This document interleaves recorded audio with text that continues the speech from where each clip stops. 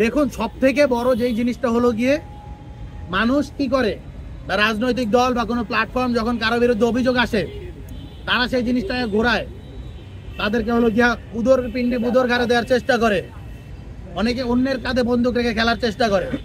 আমরা দায় স্বীকার করেছি এবং দায় স্বীকার করে সারা বাংলাদেশের সমস্ত যেই এক্সিস্টিং সাংগঠনিক কার্যক্রম রয়েছে আমরা সেটা স্থগিত করে দিয়েছি। এর থেকে বড় কার্যক্রম মুভমেন্ট বাংলাদেশের ইতিহাসে কোনো প্ল্যাটফর্ম বা সংগঠন করেছে কিনা আমরা জানি না। এত বড় একটা প্ল্যাটফর্ম যাদের সারা বাংলাদেশে ঘোষিত সাংগঠনিক নেতাকর্মীর সংখ্যা 20,000 এবং কর্মীর লিস্ট যদি করি সদস্য সংখ্যা প্রায় 1 লাখের বেশি, এত বড় একটা স্ট্রাকচারকে কেউ এইভাবে তাদের যে অপকর্মের দায় কোনো একটা স্বীকার করে প্রাথমিকভাবে তাদের কার্যক্রমকে স্থগিত করে দিয়েছে কিনা বাংলাদেশের ইতিহাসে এটি নজিরবিহীন।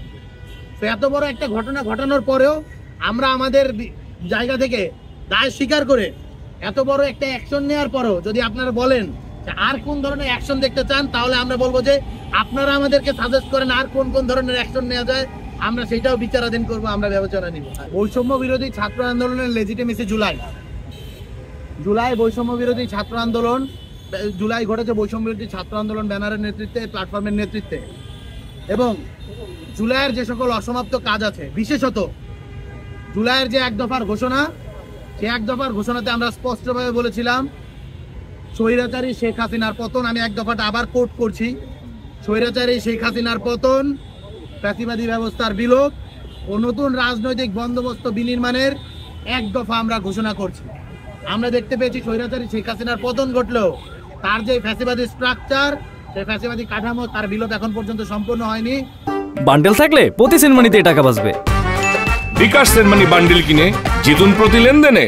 এবং নতুন রাজনৈতিক বিনির্মাণের যে বন্দোবস্তের কথা আমরা বলছি, যেই স্বপ্ন দেখে আমাদের শহীদেরা তাদের জীবন উৎসর্গ করেছে, রক্ত দিয়েছে, তাদের সেই দায়িত্ব তারা যে আমাদের উপর যেই তাদের রক্তের উপর ভিত্তি করে যে মহান দায়িত্ব আমাদের উপর আরোপিত করে গিয়েছে, সেই দায়িত্ব পালনের জন্য আমরা কাজ করব। এবং যতদিন না পর্যন্ত এই নতুন রাজনৈতিক বন্দোবস্ত বিনির্মাণের কার্যক্রম না চলে, আমরা এই ব্যানারকে আসলে স্থগিত চাইলেও আমরা এই ব্যানারকে বন্ধ করতে পারবো না, এই কার্যক্রম বন্ধ করতে পারবো না, আমাদের এটি চালিয়ে যেতে হবে।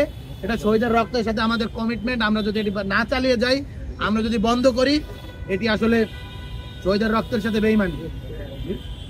এবং আরো একটা কথা বলতে চাই, যারা এই ধরনের প্রশ্নগুলো তোলে, যারা এই ধরনের কথাবার্তা বলে, আপনারা দেখবেন তারা বিভিন্নভাবে রাজনৈতিক দলের সাথে সংশ্লিষ্ট, অথবা তারাও বৈষম্য বিরোধী ছাত্র আন্দোলনের ব্যানারকে ব্যবহার করতে চেয়েছিল, কিন্তু আমাদের যে ইলেকটোরাল প্রসেস রয়েছে, ভোটাভুটি হয়েছে, সেই ভোটাভুটিতে হেরে অথবা হারার ভয়ে যারা নির্বাচনে অংশগ্রহণ করেনি, তারা এই ধরনের নানাবিধ ভাবে এই ব্যানার থেকে কলুষিত করার চেষ্টা করছে।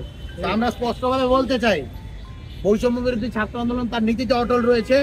সারা বাংলাদেশের যে সাংগঠনিক বিশৃঙ্খলা দেখা দিয়েছে, সেই বিশৃঙ্খলা নিরোধে আমরা একদম কঠোর থেকে কঠোরতর পদক্ষেপ নিয়েছি।